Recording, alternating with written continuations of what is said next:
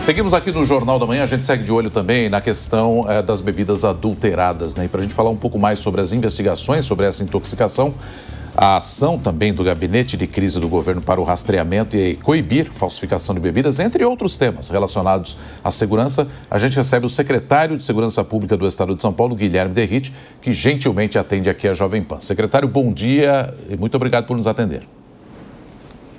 A gentileza é toda de vocês de abrir espaço para que a gente possa prestar de forma transparente esclarecimentos a respeito do trabalho das Forças de Segurança do Estado de São Paulo. Bom dia. Secretário, essa crise do metanol, que tem provocado muito receio na população e que depois acabou se espalhando por restante do país, semana passada, durante uma operação, foi descoberta uma fábrica clandestina no ABC Paulista, em São Bernardo, de onde devem ter saído essas garrafas contaminadas. Há desdobramentos já dessa operação da semana passada na manhã de hoje? Quais são as atualizações que o senhor teria, secretário? Renato, acho que antes de passar as atualizações, nós temos novidades acontecendo nesse exato momento. Eu queria enaltecer mais uma vez o brilhante trabalho da Polícia Civil do Estado de São Paulo, nesse caso, em todos os casos, com elucidações rápidas, com serviço de inteligência muito eficaz, liderados pelo Dr. Arthur Dian, nosso delegado-geral, que vem fazendo um trabalho fantástico à frente da Polícia Civil de São Paulo, policiais do DPPC, que realizaram essa investigação. E qual que é a grande novidade que nós descobrimos e fechamos mais um ciclo aí dessa investigação hoje? Nós temos as duas primeiras vítimas fatais, o Marcos e o Ricardo, que consumiram vodka num bar, no estabelecimento comercial na região da Moca. E tivemos uma outra vítima de nome Cláudio, que consumiu, felizmente não faleceu, que consumiu também vodka em um outro bar na região da Saúde, ou seja, são dois estabelecimentos distintos. Semana passada, a Polícia Civil, depois de um longo trabalho de inteligência, realizou a prisão de uma criminosa de nome Vanessa, e no ato do cumprimento do mandado de busca na residência dela, ela estava em flagrante, por isso que ela foi presa em flagrante, adulterando as bebidas e fazendo ali o processo de fabricação clandestina dessas bebidas destiladas. E ali nós encontramos o etanol de postos de combustíveis, que provavelmente, aí foi a linha de investigação nossa que foi concluída nesse sentido, esse etanol adquirido em postos de combustíveis estava contaminado por metanol. E por que eu disse que tem um avanço muito grande? Na data de hoje, nós cumprimos estão cumprindo agora policiais civis do DPPC, o Departamento de Proteção ao Consumidor, nesse momento cumprindo mandado de busca, uma outra investigada de nome Gabriela, e nós concluímos, depois desse inquérito do Cláudio, que teve lesões, do que consumiu vodka no bar da Saúde, que eles foram abastecidos por essa mesma fábrica clandestina da Vanessa e do seu marido. Ou seja, o foco da distribuição das bebidas destiladas contaminadas com metanol na cidade de São Paulo é essa mesma fábrica clandestina que a Vanessa foi presa, que tem agora como investigada a Gabriela, o marido da Vanessa também, e o garrafeiro, que é um indivíduo que vendia esses vasilhames, essas garrafas de vidro vazias para esse processo de produção. E o mais importante, que nós já temos, os postos de combustíveis onde esse etanol contaminado por metanol foram adquiridos. Provavelmente são 2 postos de combustíveis e as equipes da Polícia Civil estão nesse momento deslocando até esses postos de combustíveis para realizar a continuidade das operações. Então, a gente consegue fechar um ciclo importante dessa investigação, comprovando que em locais distintos, bares distintos, as bebidas vieram dessa mesma fábrica clandestina de São Bernardo do Campo. Secretário, daqui a pouco a gente vai ter mais detalhes sobre essa operação, inclusive com a nossa repórter Danúbia Braga, aqui no Jornal da Manhã de hoje. Agora, secretário, vamos unir essas peças para a nossa audiência? Então, você trouxe para a gente uma mulher, Vanessa, ela foi pega em flagrante, adulterando as bebidas. Tem uma outra investigada chamada Gabriela e tem também o garrafeiro. Então, esses são os indícios que a gente tem agora dessa adulteração de bebidas. Essas são as raízes desse crime? Sim, provavelmente nós estamos chegando hoje a uma conclusão importante.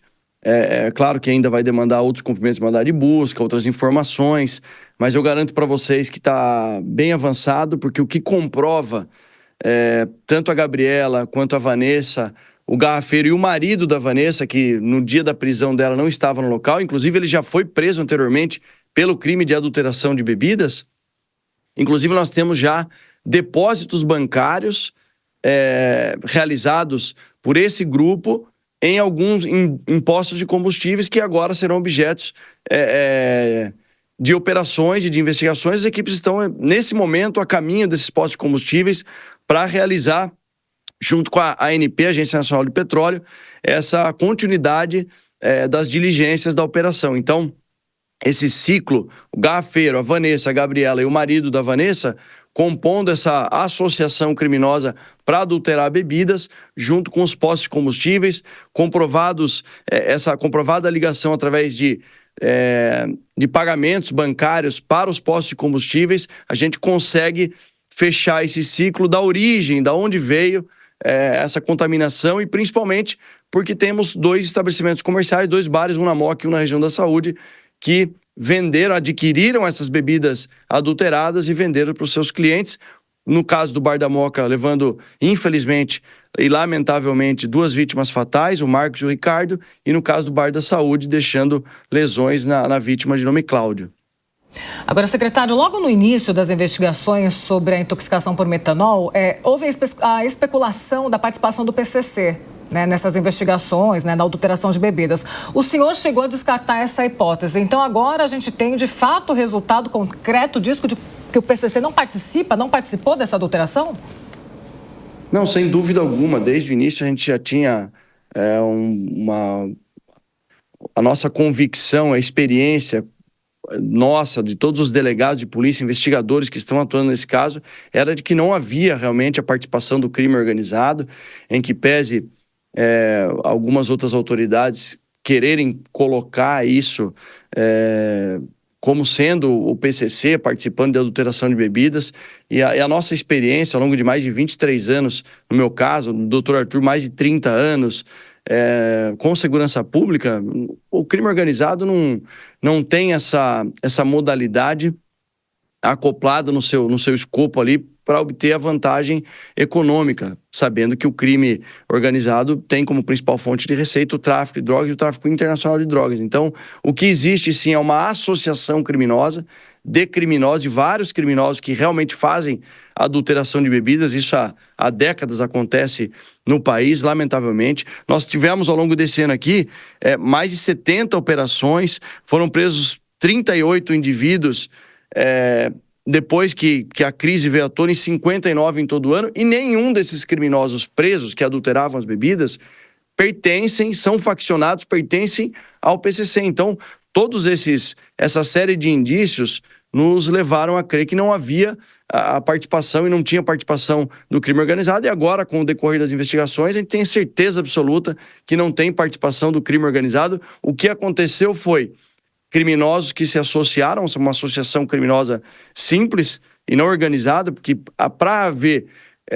para caracterizar a organização criminosa tem que haver hierarquia, tem que haver funções bem estabelecidas. Não é o caso aqui dessas adulterações de bebidas. Então está completamente descartada a participação do crime organizado ao longo das investigações, e agora, mais do que nunca, comprovado que não tem participação do PCC na adulteração de bebidas. Secretário Derrite, outro caso que chamou a atenção de todo mundo foi a morte do Dr. Rui Ferraz Fontes, lá em Praia Grande. E aí, já que falamos aqui de crime organizado, muito se falou que essa morte poderia estar ligada ao crime organizado em virtude da atuação dele como delegado-geral aqui em São Paulo. Por outro lado, também surgiu a informação de que ele estaria apontando irregularidades também na administração lá em Praia Grande, em algum dos pontos. O que é que se tem já fechado em relação à morte do Dr. Rui? E já há uma clara motivação para a morte dele, Derrite? Olha, o que nós temos é um trabalho, mais uma vez, eficaz da Polícia Civil, uma pronta resposta. Lembrando que são 6 indivíduos presos. Ontem foi preso mais um indivíduo de apelido Matemático, que participou indiretamente, mas participou dessa ação criminosa que eu classifico como uma ação terrorista na morte e no assassinato do Dr. Rui Ferraz Fontes. 6 presos, um indivíduo que infelizmente optou pelo confronto e foi neutralizado lá no estado do Paraná por policiais civis do DEIC. Agora, a motivação, a gente nunca descartou as duas possibilidades de uma eventual retaliação ao Dr. Rui por conta da atuação dele como delegado de polícia, que combateve aí o PCC com grandes investigações, mas ao que tudo indica, é algo mais relacionado à atividade atual dele. A gente não consegue cravar essa hipótese com 100% de certeza, porque as diligências e investigações elas estão em curso. São mandados de busca que foram cumpridos. A própria prisão do Mascherano, há 2 semanas atrás, que era um indivíduo que estava foragido e que estava na cena do crime, mas a prisão dele e a apreensão do aparelho celular dele, a extração de dados do aparelho celular, estão nos trazendo novas informações e certamente nós vamos cumprir novos mandados de busca a informações relacionadas à extração de dados desse aparelho celular, mas uma linha forte de investigação é de que esteja relacionado à atividade atual dele como secretário municipal de segurança pública. Agora a gente só vai conseguir cravar isso com 100% de certeza quando nós terminarmos as investigações. Secretário de Segurança Pública do Estado de São Paulo, Guilherme Derrite, conversando aqui com o ouvinte e o telespectador da Jovem Pan. Muito obrigado pela entrevista, um bom final de semana ao senhor. Eu que agradeço, um abraço a todos. Obrigado.